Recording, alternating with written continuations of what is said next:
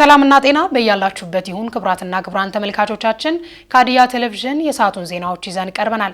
ዜናውን እየመራው አብሬያችሁ የምቆየው እኔ ዘሪቱ ኤልያስ ነኝ። አርዕስተ ዜናዎቹን በማስቀደም እንጀምራለን። የሴቶችን ተጠቃሚነት ለማሳደግ እየተሰሩ ያሉ ስራዎች ውጤታማ እንዲሆኑ ባለድርሻ አካላት ድጋፍ ሊያደርጉ እንደሚገባ የሀዲያ ዞን የሴቶች ኮከስ አባላት ተናገሩ። የሆሳና ከተማ አልነጃሺ ማህበር የረመዳን ጾምን ምክንያት በማድረግ ከ100 በላይ ለሚሆኑ አቅመ ደካሞች የማዕድ ማጋራት ስነ ስርዓት በሆሳና ከተማ አካሄደ። የቅዱስ ጳውሎስ ሆስፒታል ሚሊኒየም የሕክምና ኮሌጅ የማህጸን ጫፍ ካንሰር የጨረር ሕክምና ለማስጀመር የሚያስችለውን ዝግጅት ማጠናቀቁን ገለጸ። ከውጭ ሩሲያ፣ ቻይና እና ኢራን ግዙፍ የባህር ላይ ወታደራዊ ልምምድ ማድረግ ጀመሩ።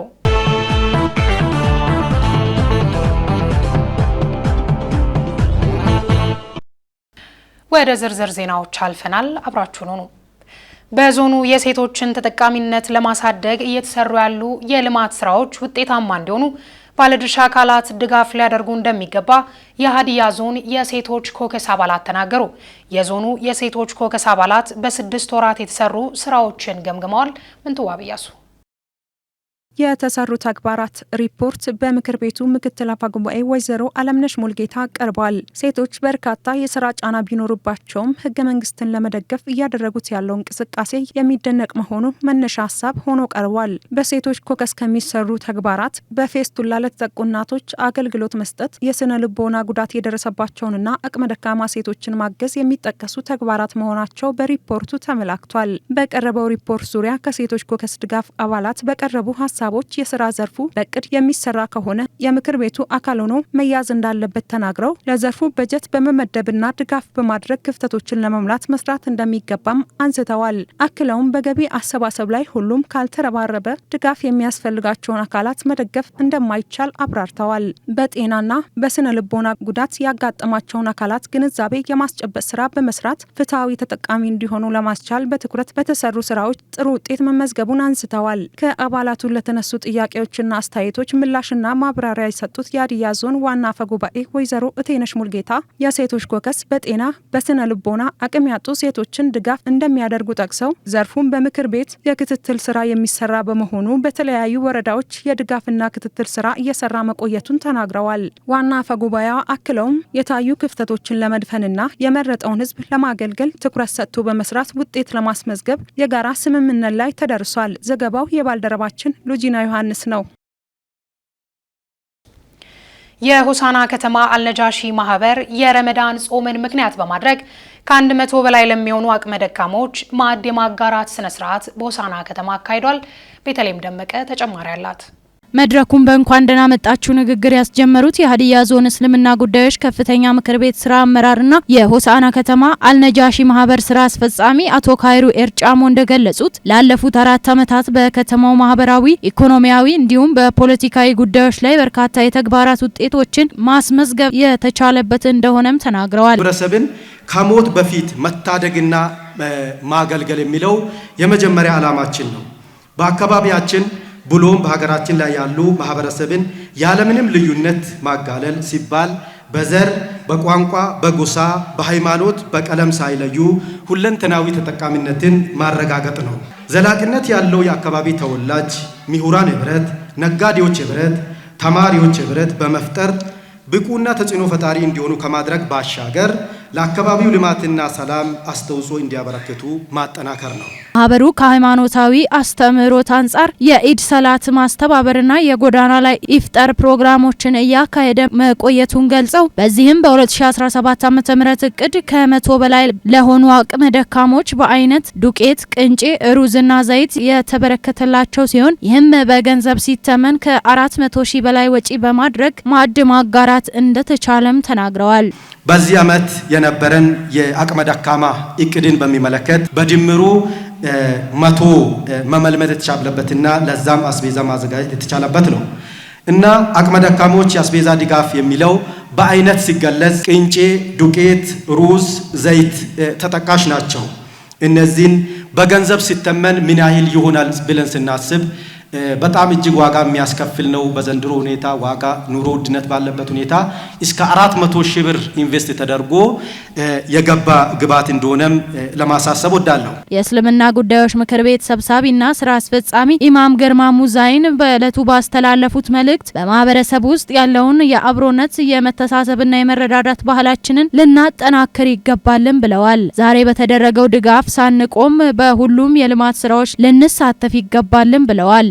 በዚህ ረመዳን ኢስላማዊ አንድነትን፣ ወንድማማችነትን፣ አብሮነትን የሚገልጽ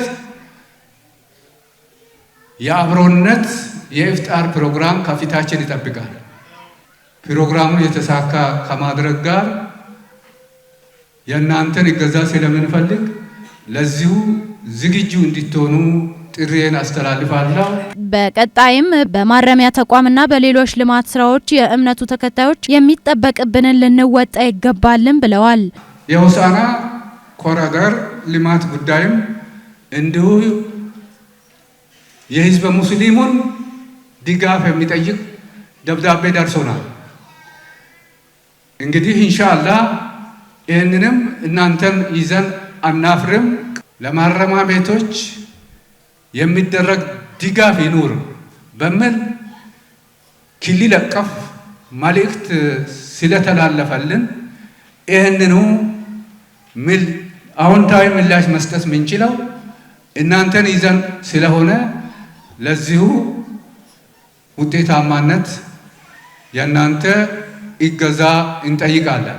የሆሳዕና ከተማ አልነጃሺ ማህበር የቦርድ ፕሬዝዳንትና የጎዳና ላይ ኢፍጣር ስርዓት አብይ ኮሚቴ ሰብሳቢ አቶ አለሙ አህመድ በበኩላቸው ሰዎች በህይወት እያሉ የመረዳዳትና የመተሳሰብ ዓላማ ያነገበው ይህ ማህበር በሰላምና በልማት ስራዎች ላይም ተሳታፊ የሆኑ ወጣቶች ያሉበት ነው ብለዋል።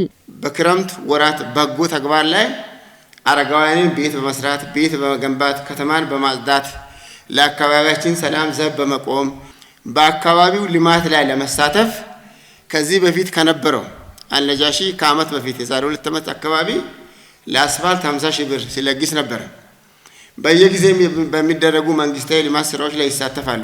በዕለቱም የተገኙት የሀዲያ ዞን አስተዳዳሪ ልዩ አማካሪ አቶ ታምራት አኑሎ እንደገለጹት መንግስት ለልማትና ለምርታማነት ከወትሮ በተለየ እየሰራ መሆኑን ገልጸው ማህበሩ ለአቅመ ደካሞች እያደረገ ያለውን ድጋፍ አድንቀው ተረጂዎች ከተረጂነት ለመላቀቅ ጠንክረው በመስራት መልካም አጋጣሚዎችን እንዲጠቀሙም መልእክት አስተላልፈዋል።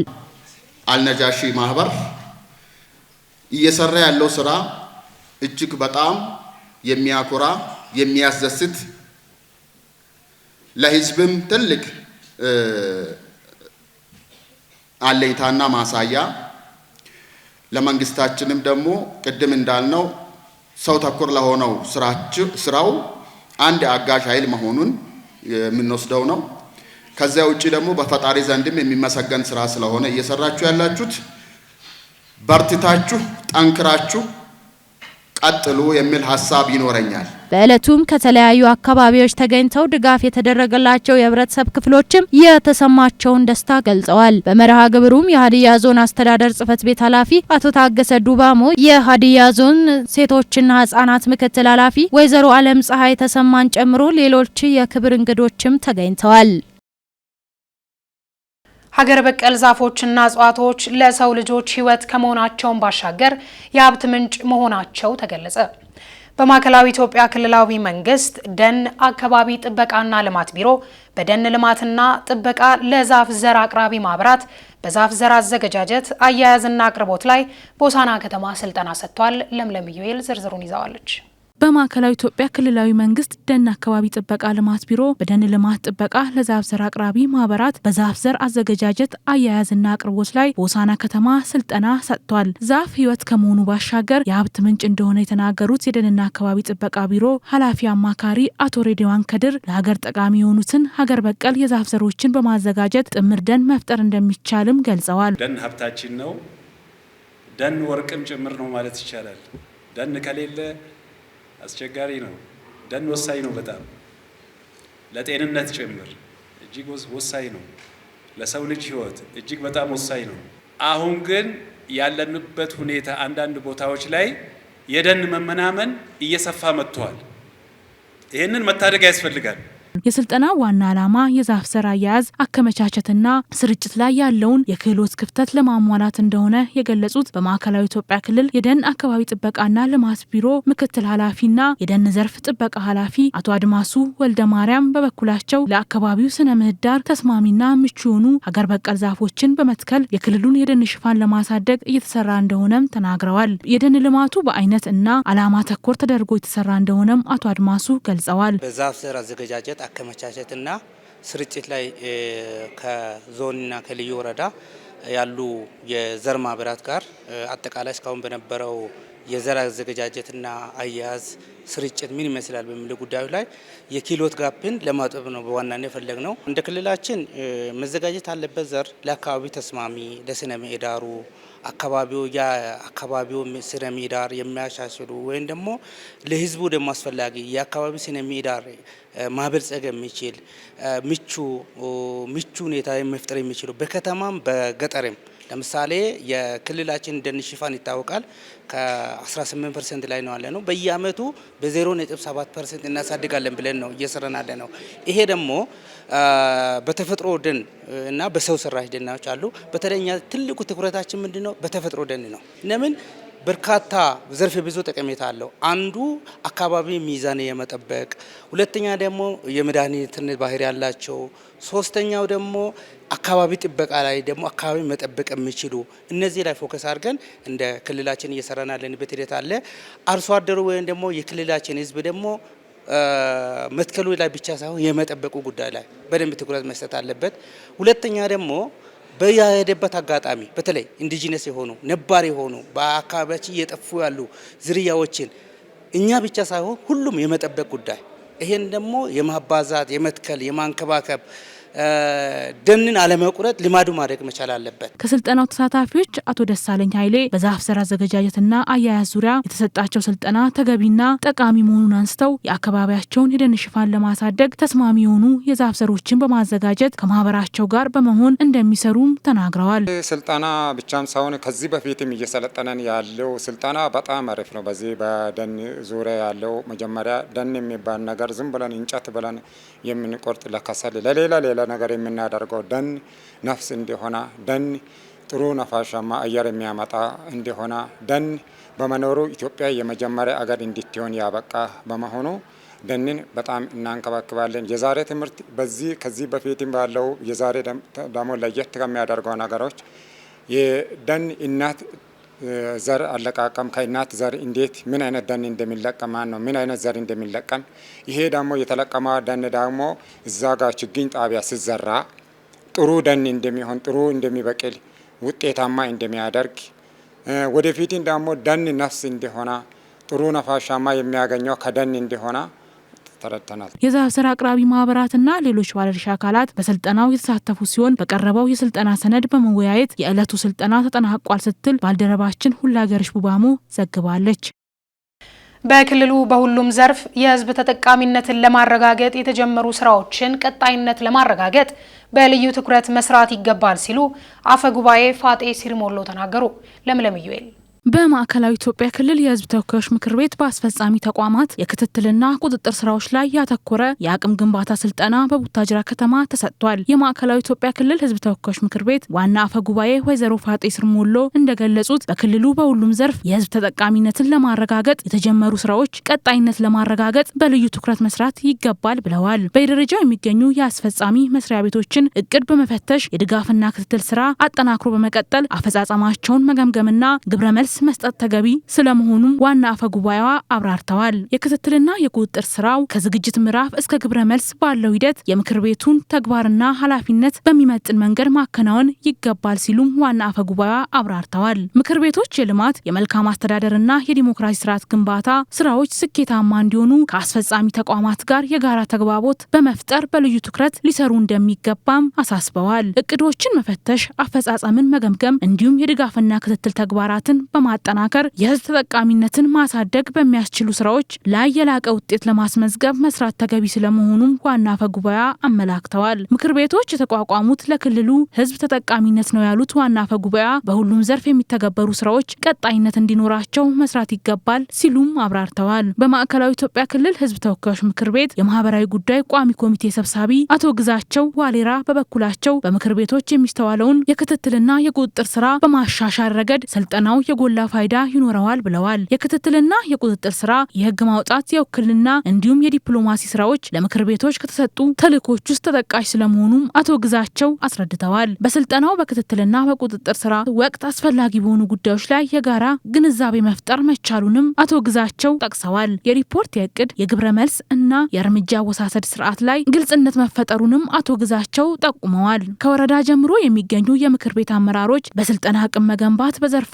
የሚካሄደውን ሁሉን አቀፍ ጥረት ውጤታማ ለማድረግ እንደሚያግዝም አብራርተዋል። በማዕከላዊ ኢትዮጵያ ክልል ህዝብ ተወካዮች ምክር ቤት የፕላን መሰረተ ልማትና የመንግስት ሀብት ቁጥጥር ጉዳዮች ቋሚ ኮሚቴ ሰብሳቢ አቶ ታመነ ገብሬ እንደገለጹት የክትትልና የቁጥጥር ተግባራት ዋነኛ ዓላማው የህዝብ ተጠቃሚነትን ማረጋገጥ ነው ብለዋል። በአፈጻጸም ረገድ የተስተዋሉ ጉድለቶችን እንዲታረሙ ለማድረግ የክትትልና ቁጥጥር ስራ መጠናከር እንዳለበትም አቶ ታመነ አብራርተዋል። አስፈጻሚ ተቋማት በበጀት ዓመቱ ለማከናወን ያቀዱትን ስራ ተፈጻሚ ስለመሆኑ በየደረጃው በሚገኙ ምክር ቤቶች ክትትልና ቁጥጥር ማድረግ ተገቢ ስለመሆኑም አቶ ታመነ አመላክተዋል።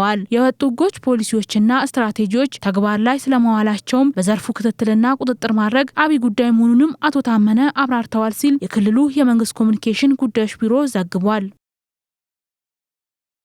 የቅዱስ ጳውሎስ ሆስፒታል ሚሊኒየም ሕክምና ኮሌጅ የማህጸን ጫፍ ካንሰር የጨረር ሕክምና ለማስጀመር የሚያስችለውን ዝግጅት ማጠናቀቁን ገለጸ። ምንትዋብ ኢያሱ ዝርዝር አላት።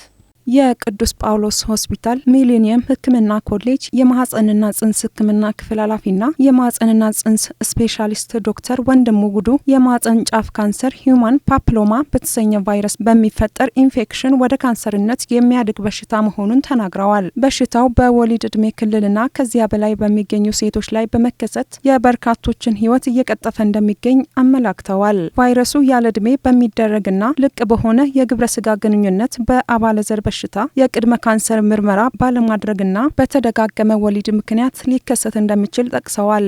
የማህጸን ጫፍ ካንሰር በኢትዮጵያ ውስጥ በመውለድ እድሜ ክልል ላይ ያሉ ሴቶች እንዲሁም ከዛም በኋላ በካንሰር ደረጃ አንደኛ ገዳይ ነው እና ትልቅ የጤና ችግር ነው ማለት ለሴቶች በእኛ ሀገር። ምክንያቱ ምንድነው? ሂዩማን ፓፒሎማ ቫይረስ የሚባል አንድ ቫይረስ አለ ወደ ማህጸን ጫፍን ኢንፌክሽን የሚፈጥር ግን ለዚህ ደግሞ የሚያጋልጡት ምንላቸው አሉ አጋላጭ ሁኔታዎች። ስለዚህ ለምሳሌ አንድ ሴት የግብረ ስጋ ግንኙነት ከተለያየ ወንድ ጋር ካደረገች የምታረግ ከሆነ፣ ሁለተኛ ደግሞ የአባላዘር በሽታ ከዚህ በፊት ከነበረ፣ ሶስተኛ ተደጋጋሚ ወሊድ እንዲሁም ደግሞ የቅድመ ካንሰር ምርመራ አለማድረግ። በወሊድ ዕድሜ ክልል ውስጥ የሚገኙ ሴቶች የማህጸን ጫፍ ካንሰር ክትባት በወቅቱ በመውሰድ በሽታውን 99 በመቶ መከላከል እንደሚቻል ጠቅሰዋል። ክትባቱ ደም ውስጥ በመቆየት ቫይረሱ ወደ ሰውነት እንዳይሰራጭ እንደሚከላከል ዶክተር ወንድሙ አክለዋል። በዋናነት የግብረ ስጋ ግንኙነትን ማቆየት፣ ለምሳሌ ያደንቢያቸው ግንኙነት ሲያደርጉ ቫይረሱ ቀድሞ ይገባል። ስለዚህ ከ30 ዓመት በኋላ ወደ ካንሰር የሚቀየረው ለውጥ ያመጣል ማለት ነው። ማህጸን በር ላይ የሚደረጉ ጥንቃቄዎች በአንድ መወሰን፣ ኮንዶም መጠቀም፣ ግንኙነት ዘግይቶ መጀመር፣ እነዚህ እንደ ምክር የሚሰጡ ሆነው በሕክምና ተቋም ደረጃ ግን በሂዩማን ፓፒሎማ ቫይረስ ቫክሲን የሚባል አለ ክትባት የምንሰጠው። ስለዚህ ያ ክትባት ምንድነው? ሴትዮዋ ቫይረስ ወደ ሰውነቷ ከመግባቱ በፊት ቀድሞ ሰውነት ደም ውስጥ ይቀመጣል። ልክ ቫይረሱ ሲመጣ ምንድነው የሚያደርገው? ቫይረሱን ያጠራል ማለት ነው ከሴትዮዋ ሰውነት ውስጥ። የሆስፒታሉ የማህጸንና ጽንስ ሕክምና ክፍል በስነ ተዋልዶ ጤና፣ እርግዝና ክትትል፣ ወሊድ፣ የወር አበባ መዛባትና ተያያዥ ሕክምና ለሚመጡ ተገልጋዮች የማህጸን ጫፍ ካንሰር ምርመራ፣ የሕክምናና የማማከር አገልግሎት እየሰጠ እንደሚገኝ ገልጸዋል። ቫይረሱ በምርመራ ከተለየ በኋላ ወደ ካንሰርነት እንዳያድግ መከላከልና በሽታውን ከተከሰተ ኬሞቴራፒ በተሰኘ በደም ስር በሚሰጥ መድኃኒት እንዲሟሽሽ የማድረግ ሕክምና ሆስፒታሉ እየሰጠ መሆኑን ጠቁመዋል። እንደ ኢዜአ ዘገባ በዚህ በውጭ ሀገራት ሲሰጥ የነበረውን የማህጸን ጫፍ ካንሰር ሕክምናን ማስቀረት መቻሉን ገልጸው የጨረር ሕክምናን ለማስጀመር አስፈላጊ የመሰረተ ልማት ዝግጅት መደረጉን አስታውቀዋል። ሴቶች የመራቢያ ክፍል ካንሰር ሕክምና ክፍል አለው። ያ በሰብ ስፔሻሊቲ ደረጃ ሕክምና ይሰጣል። ለዚህ ሕክምናው ምንድነው ኦፕሬሽን እናደርጋለን። ውጭ የሚደረጉ ኦፕሬሽኖች አሁን እኛ ሀገር ማድረግ እየተቻለ ነው እና የካንሰር ማሟሸሻ ኬሞቴራፒ የምንላቸው አሉ። በደም ስር የሚሰጡ እነሱ መድኃኒት እንሰጣለን። ለዚህ ከካንሰር ሕክምና ጋር አሁን የሚቀረን አንድ ነገር ምንድነው የሬዲዬሽን ወይ ደግሞ የጨረር ሕክምና ነው። እሱም አሁን በቅርብ በወራት ውስጥ እንጀምራለን ብለን እናስባለን። ህንፃው የጨረር ሕክምና መስጫው መሳሪያ በሙሉ ገብቶ አልቋል። ምናልባት በወራት ውስጥ ሕክምናውን ልንጀምር እንችላለን ብለን እናስባለን።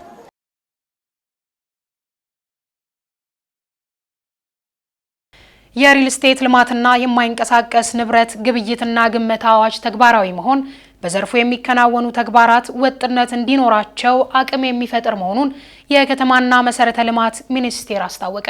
ዱናሞ ዮሐንስ ዝርዝር አለው። የከተማና መሰረተ ልማት ሚኒስቴር በሪል ስቴት ልማትና የማይንቀሳቀስ ንብረት ግብይትና ግመታ አዋጅ ተግባበር ዙሪያ ከክልል ከከተማና መሰረተ ልማት ቢሮዎችና ባለድርሻ አካላት ጋር ውይይት አካሂዷል። የከተማና መሰረተ ልማት ሚኒስትር ዴኤታ ሄለን ደበበ በዚህ ወቅት እንደገለጹት የሪል ስቴት ልማትና የማይንቀሳቀስ ንብረት ግብይትና ግመታ ተገቢውን ትኩረት ሳያገኝ መቆየቱንም አስታውሰዋል። ይህንን ተከትሎ በዘርፉ የሪል ስቴት ልማትና የማይንቀሳቀስ ንብረት ግብይትና ግመታ የማህበረሰቡን ፍላጎት ታሳቢ ሳያደርግ መቆየቱን ተናግረዋል። መንግስት ከዘርፉ ማግኘት የሚገባውን ገቢ በአግባቡ እንዳያሰባስብ እንዲሁም ስራዎችን በመረጃ ላይ መሰረት አድርጎ እንዳይሰራ ብሎም እንደ ሀገር ፍትሐዊ የሀብት ክፍፍል እንዳይኖር በሚሰሩ ተግባራት ላይ ማነቆ ሆኖ መቆየቱን ገልጸዋል። ጠንካራ የሆነ አዋጅ ባለመኖሩ ምክንያት እንደ ሀገር የህብረተሰቡን የቤት አቅርቦት ጥያቄ ለመመለስ አዳጋች አድርጎ መቆየቱንም ጠቅሰዋል። የሪል ስቴት ልማትና የማይንቀሳቀስ ንብረት ከፍላጎት በእጅጉ የራቀ አብዛኛዎቹ የግብይት መሪ ተዋናዮች በህገወጥ መንገድ የሚንቀሳቀሱ አካላት ሲሆኑ እነሱም የንብረት መሸጫ ወይንም መግዣ ዋጋን በተለያየ ሁኔታ የገበያውን ወይንም ገበያው ንብረቱ የሚያወጣውን ተገቢውን ዋጋ ሳይተመን በዘፈቀድ ሲመራ እንደቆየ ለሁላችንም ግልጽ ነው። የማይንቀሳቀስ ንብረት ግብይትም ሆነ ግመታው ግልጽነት የጎደለው ተአማኒነት የሌለው ሆኖ ረዘም ላለ ጊዜ ቆይቷል። ለመንግስት የሚቀርቡ የሽያጭ ውሎችም የሁለት ተዋዋዮች በትክክለኛ ከተገበያዩት ዋጋ በታች እስከ 70% ድረስ በሚደርስ ሁኔታ የሚቀንስ መሆኑን ጥናቶች ያመለክታሉ። ገለልተኛ የሆነ የዋጋ ገማሽ አካልም አልነበረም። የዘርፉን ችግር ለመቅረፍ በህዝብ ተወካዮች ምክር ቤት የሪል ስቴት ልማትና የማይንቀሳቀስ ንብረት ግብይትና ግመታ አዋጅ ቁጥር 1357/2017 መጽደቁን አስታውሰዋል። አዋጁ ውጤታማና ተፈጻሚ እንዲሁም በክልሉ ያሉ አስፈጻሚና ባለድርሻ አካላት የሚጠበቅባቸውን ኃላፊነት በአግባቡ ሊወጡ እንደሚገባም ሚኒስትር ዴኤታው አሳስበዋል። የክልል ከተማና መሰረተ ልማት ዘርፉን የምትመሩ ቢሮዎች አዋጁን በቀጥታ የምታስፈጽሙ በመሆኑ ለስራው አስፈላጊውን ትኩረት በመስጠት ሀብት በመመደብ አስፈላጊውን የሰው ኃይል በማሰማራት እንዲሁም በተዘጋጁ አዋጅና ረቂቅ ደንብ መሰረት በማድረግ የክልሉን ተጨባጭ ሁኔታ ያገናዘበ መመሪያ በማውጣት ህጉን ማስፈጸም ይጠበቅባቸዋል። የድሬዳዋ አስተዳደር የከተማ ልማትና የኮንስትራክሽን ቢሮ የመንግስት ህንጻዎችና ቤቶች ልማት አስተዳደር ዳይሬክተር አቶ ኢብሳ ሙሳ በአዋጁ ዙሪያ ግልጽነትን ለመፍጠርና ለአተገባበሩ ውጤታማነት ምክክር መደረጉ ወሳኝ መሆኑን ተናግረዋል። እንደ ኢዜአ ዘገባ ለአዋጁ ውጤታማነት በዘርፉ የሚሰሩ አመራሮችና ባለድርሻ አካላት የሚጠበቅባቸው ሚና ሊጫወቱ ይገባል ያሉት ደግሞ በሐረሪ ክልል የቤቶችና ልማት እንዲሁም የመንግስት ኮንስትራክሽን ኤጀንሲ የቤት ማስተላለፍና አስተዳደር ዳይሬክተር ሙራድ አልዋን ናቸው። በአዋጅ ደረጃ አዋጅ ወጥቶ አዋጁን ለመተግበር ደንብ ወጥቶለት ወደ ተግባራዊ እንቅስቃሴ መግባቱ ብዙ ችግሮችን ይፈታል። የሚፈታቸው ችግሮች ብዙ ባለ አልሚዎች በስፋት በሪል ስቴት ዘርፍ ይወስዳሉ። አያለሙም፣ መሬቱን ነው የሚሸጡት። መሬቱን ባዶ መሬቱን ነው ለሌላ አካል የሚያስተላልፉት። እያለሙ አልነበረም። በሌላ መልኩ ምንም ሳያለማ ምንም ፈቃድም ሳይኖረው ምንም መረጃ ሳይኖረውም እንዲሁ ሪል ስቴት አለኝ ብሎ ሰዎችን መዝግቦ ብር የሚያጭበረበርበት ሁኔታዎች ነበሩ በስፋት። ለነዛ ሁላ መፍትሄ ይሰጣል ማለት ነው። አዋጁ በህዝብ ተወካዮች ምክር ቤት ያው ጸድቋል። ህዳር 26 2017 ጸድቋል።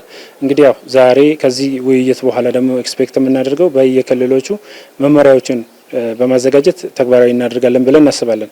ይሄም ማለት ያው የክልሉ ከፍተኛ አመራሮችም ሆነ የሌሎች ክልሎች ከፍተኛ አመራሮች ይህንን ተግባራዊ ለማድረግ ሁሉም በየዘርፉ ባለበት መመሪያዎችን በማጸደቅ ወደ ተግባር መግባት አለበት ማለት ነው። ስለዚህ ያው የሁሉም ኃላፊነት መመሪያው እስከታች ወይ ደግሞ መመሪያውን በማውጣት እስከታች እስኪወርድ ድረስ ሁሉም ሊተጋ ሊሳተፍ ይገባል ማለት ነው።